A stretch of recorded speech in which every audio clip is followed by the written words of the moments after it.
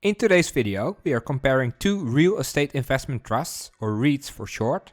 We are going to analyze Realty Income and STOR capital based on financials, dividends, valuation and their future. I will also show you some of the different things you need to look out for when analyzing a REIT compared to a normal stock. Hi, I'm Tom from the Dividend Attitude Show. Welcome to a new episode and welcome to all the new people who have subscribed, liked and commented on my videos. Thank you so much, it is very much appreciated. Realty Income is a favorite among dividend investors for its predictable monthly paid dividends. They lease out their properties with a triple net lease contract. This means all the property management related expenses are the responsibility of the tenant. The company mainly leases to bigger investment grade tenants such as Dollar General, Walmart, 7-Eleven, CVS, AMC Theaters and much more, as you can see in the overview of the top 20 tenants. Later on in the video, when analyzing the dividends, it will become even clearer why this REIT has a cult-like following. And then STOR Capital. This is probably one of the most misunderstood REITs out there. Just like Realty Income, they rent out their properties to retail stores.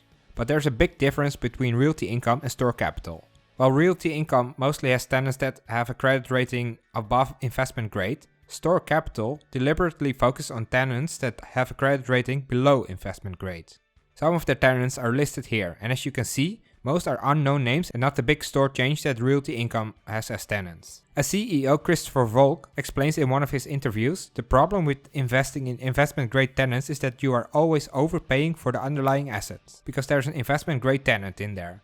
So when the lease expires, it is going to be difficult to rent it out profitably to another party that is willing to pay a premium. Another very important point he brings up is that the credit rating does not pay the rent. With big companies like Home Depot, etc., it is very unlikely that you, as a landlord, will get an income statement of how well that particular store is doing. So you never know if your asset is a profitable location for them or not. The store itself pays you the rent, so if it is not profitable, Home Depot will eventually get rid of that location. And you won't know it until it's too late. If you invest in smaller chains, as a landlord, you know exactly what is going on because you get their location-specific income statements. Starting with a market cap to get a feel of the size of both companies, we can see that Realty Income has a market cap of 21.5 billion, which is considered a large cap. STOR Capital is significantly smaller at 7.11 billion and is considered a mid-cap company. Both companies were greatly affected by the current crisis, as were a lot of REITs. The price performance year to date of Realty Income is minus 15.3% and minus 24.5% for STOR Capital. The 5-year price performance is not that far apart, with Realty at 31.2% and STOR at 30.2%. Realty Income has a beta of 0.61 and STOR Capital has a beta of 0.97, so both less volatile than the overall market. So based on market cap, a slightly better price performance and a lower beta, Realty Income wins the first round. And then the juicy part, the dividends. The current yield of Realty Income at the time of recording is 4.5% and STOR Capital stands at 5.1%. Realty Income became a dividend aristocrat 2 years ago and now has 27 years of dividend growth under their belt. STOR Capital is a much newer company and raised their dividends for 6 years now, making them a dividend challenger and passing my check of raising dividends for at least 5 years. One difference to keep in mind is that Realty Income pays a monthly dividend and STOR Capital quarterly. Realty Income has a fairly consistent dividend growth ratio of 4 to 5% long term, but the 1-year dividend growth rate is only around 3%. Seeking Alpha is not showing a 5-year dividend growth rate for STOR Capital, but the 1 and 3-year dividend growth rate are 7.3 and 6% respectively. For REITs, both the earnings and free cash flow payout ratio are not meaningful metrics to look at. Instead, we look at the adjusted funds from operations, or AFFO, payout ratio. The reported earnings per share are substantially lowered by its non-cash depreciation and amortization. This is a key aspect in analyzing REITs, because depreciation lowers the net income, but only in the books. It is not a real cash item. The AFFO payout ratio of Realty Income is about 84%, and that of STOR Capital is 79%, according to Seeking Alpha.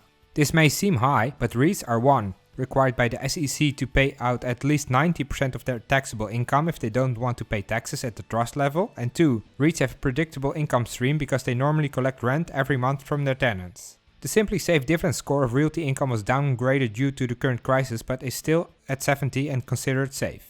The dividend safety score of STOR Capital was also downgraded and is 50, so borderline safe. STOR Capital wins the dividend round based on a higher current yield, better dividend growth ratio and a better AFFO payout ratio. Do keep in mind that STOR Capital has a much lower dividend safety score though. If you liked the video so far, don't forget to crush that like button and make it turn blue. If you enjoy videos like this, where I compare two competitors to each other on a fundamental level, consider subscribing because I will do more of these in the future. And then the financials. The revenue of Realty Income has a nice staircase pattern and went from 0.35 billion to 1.5 billion for an astonishing growth rate of 36.9%. STOR Capital recorded its first revenue in 2012 at 39 million and had a revenue of 0.6 billion in 2019 for an even better growth rate of 217% annually. The gross margin of Realty Income is a stunning 94.1%, but actually at its lowest in 10 years. STOR Capital has an even higher gross margin at 98.3%. For Realty Income, the operating margin comes in at 49.8%, which is at the lower end of their 10-year average. STOR Capital has an operating margin of 54.8% at the midpoint of their range. For Reits, the net income is not a meaningful metric since depreciation has a big impact on the net income. But the depreciation of an asset is a non-cash charge, meaning it is recorded in the books but no cash actually moves in or out of the company. And usually buildings in good locations don't lose value as the depreciation would imply. Therefore, we add back the depreciation and some other adjustments to the net income, which is a better reflection and is also known as funds from operations. The funds from operations for Realty Income went from 194 million to 1 billion for a growth rate of 46.2% per year. The funds from operations for STOR Capital went from 19 million in 2012 to 441.2 million in 2019. For an unbelievable growth rate of 317.4% per year. The same applies for the free cash flow. This is not a meaningful metric either to use for Reits. With FFO it is close to cash flow, but the capital expenditures, acquiring the building, is missing. Also adding in the capital expenditures is known as the adjusted funds from operations. The AFFO for STOR Capital was 109.9 million in 2014 and 451.1 million in 2019, for a growth rate of 63.4%. For Realty Income, the adjusted funds from operations went from 197 million in 2010 to 1.05 billion in 2019, for a growth rate of 48.1% per year. So both had great growth rates, but STOR Capital had better growth rates, although the time span is much shorter. Normally, I would favor debt to equity ratio below 0.5, but you always have to look at the industry itself to determine what a proper debt to equity ratio is and when a company is over-leveraged. The REIT industry is a capital-intensive industry due to the purchase of many assets. Nonetheless, it is also important for a REIT not to have too much debt, leverage, on their balance sheet as well. With that being said, Realty Income has a very well-managed debt to equity ratio of 0.82 compared to 1.06 in 2010. STOR Capital has a debt to equity ratio just a tiny bit better at 0.81 in 2019, which also improves from 0.91 in 2012. So both companies are managing their debt quite well. Other leverage ratios that are often used for REITs are the debt to gross book value ratio and the debt to EBITDA ratio. Current ratio measures the ability of a company to pay off its short-term current liabilities with its current assets. Realty Income has a current ratio of 2.0 in 2019. Looking at the past, this is by far the highest in the last 10 years, where most of the time they had a ratio below 1. A quick look at the balance sheet shows me that the current assets have increased a lot in 2019. Most of that is coming from the other current assets category. So that's definitely worth looking into to see if this is a one-time thing or not. STOR Capital has a much higher current ratio at 3.58 in 2019, which is actually on the lower end in their 7-year average. Similar to the current ratio, the quick ratio measures the ability to pay off the current liabilities, but now only looking at the most liquid assets such as cash and short-term investments. For Realty Income, it is the same story as for the current ratio. In 2019 it was at 1.44, but this is by far the highest in the recent 10 years. Current assets of STOR Capital are apparently all liquid assets because the quick ratio is the same as the current ratio at 3.58. So STOR Capital wins this one with a slightly better debt to equity ratio but a much better current and quick ratio than Realty Income. The return on equity for Realty Income is quite low at 4.89 and it is at the lower end of the 10-year average. STOR Capital has a bit better return on equity at 6.82, but this is on the higher end of their 7-year average. The return on invested capital measures how well the management is able to allocate the money given to them by equity and debt, by dividing it by its net income. Again, Realty Income has a return of 4.37, which is on the lower end of their average. STOR Capital has a 5.3 return on invested capital ratio, which again is on the higher end of their recent historical average. But keep in mind that with the return on invested capital ratio, net income is a factor, and as we discussed before, net income is not a reliable factor for assessing REITs. Because REITs need debt to grow, it is more important than common companies for REITs to have a good credit rating to have access to cheap debt. The better the credit rating, the less risk a lending agency has, the lower the interest rates will be for the REIT. Therefore, Realty Income is doing well with a credit rating of A-. STOR Capital has an S&P credit rating of BBB, which is still investment grade. Given how important the credit rating is for a REIT, Realty Income wins this one with a far better credit rating, despite STOR Capital having a better return on equity and return on invested capital. And then the valuation. Because the reason for investing in REITs is usually because of its higher yields, it makes sense to value a REIT based on its current yield compared to the historical average of the yield. For this we can use the dividend yield theory. In essence, the dividend yield theory assumes that the yield of a company moves in a certain range called the yield channel. This will show us if a company is under or overvalued based on its current yield. I'm a big fan of this simple way of valuing a company. In this video I will only show you the end result of the calculation. But if you want to know how you can calculate the value based on the dividend yield theory yourself, be sure to check out episode 12, now suggested in the top right corner. According to the dividend yield theory, Realty Income would be undervalued around $49 and overvalued above $75, so the current price at the time of recording of a bit under $60 puts it in fair value territory. With a current yield of 4.67%, it is trading a bit above its 5-year average of 4.22%.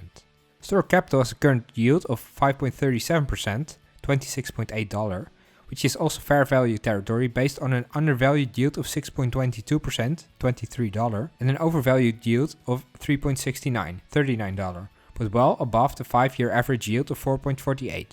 And in the case of STOR Capital, due to only having a past of 8 years, the extreme yield spike of 9.28% in March kind of skewed the analysis of the undervalued yield. According to Finbox, the fair value of Realty Income is $57.72, which is a downside of 3.7% to the current price of a bit under $60. But Finbox does note that the uncertainty is high due to the current crisis.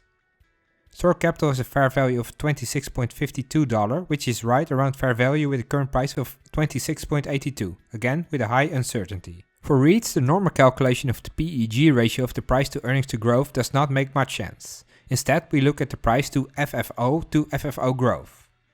The forward FFO growth for Realty Income is estimated at 3.46%, and the forward price to FFO is 17.86, resulting in a PEG of 5.16. For STOR Capital, the forward price FFO is 14.12 according to Seeking Alpha, and the estimated forward FFO growth is 2.59%, which results in a PEG ratio of 5.45. However, one flaw of the PEG ratio is that if the future growth rate is low, this blows up the PEG ratio by quite a bit. Although STOR Capital looks more overvalued based on the PEG ratio calculation, it looks like a better value based on the dividend yield theory and Finbox estimates right now. So STOR Capital wins this round as well. Like always, I do not only like to look at the past, but also what the future might bring for Realty Income and STOR Capital. The median estimates for AFFO growth on Finbox for Realty Income are 4.08 per share by the end of 2024, which would be an average growth rate of about 4.6% based on full year AFFO numbers of 3.32 per share in 2019. For STOR Capital, the median estimates for AFFO growth are $2.21 per share at the end of 2024. This would represent a 2.2% annual growth rate based on 1.99 per share of 2019. So based on the estimate AFFO from Finbox, Realty Income would surprisingly grow faster than STOR Capital over the coming years, meaning Realty Income wins this round. Based on the metrics we used in this comparison, STOR Capital wins the battle. However, it is important to note that you can never make a full apples-to-apples comparison with REITs, even though these two operate in the same REIT space, retail, and have a big overlap in geographical locations. STOR Capital is a newer but faster growing company which bears a bit more risk, at least from the surface, while Realty Income is the safer but slower growing pick from these two. I hope you enjoyed this video. If you like this kind of videos where I analyze two companies side by side, consider subscribing because I will do more of these in the future. Until next time, bye bye.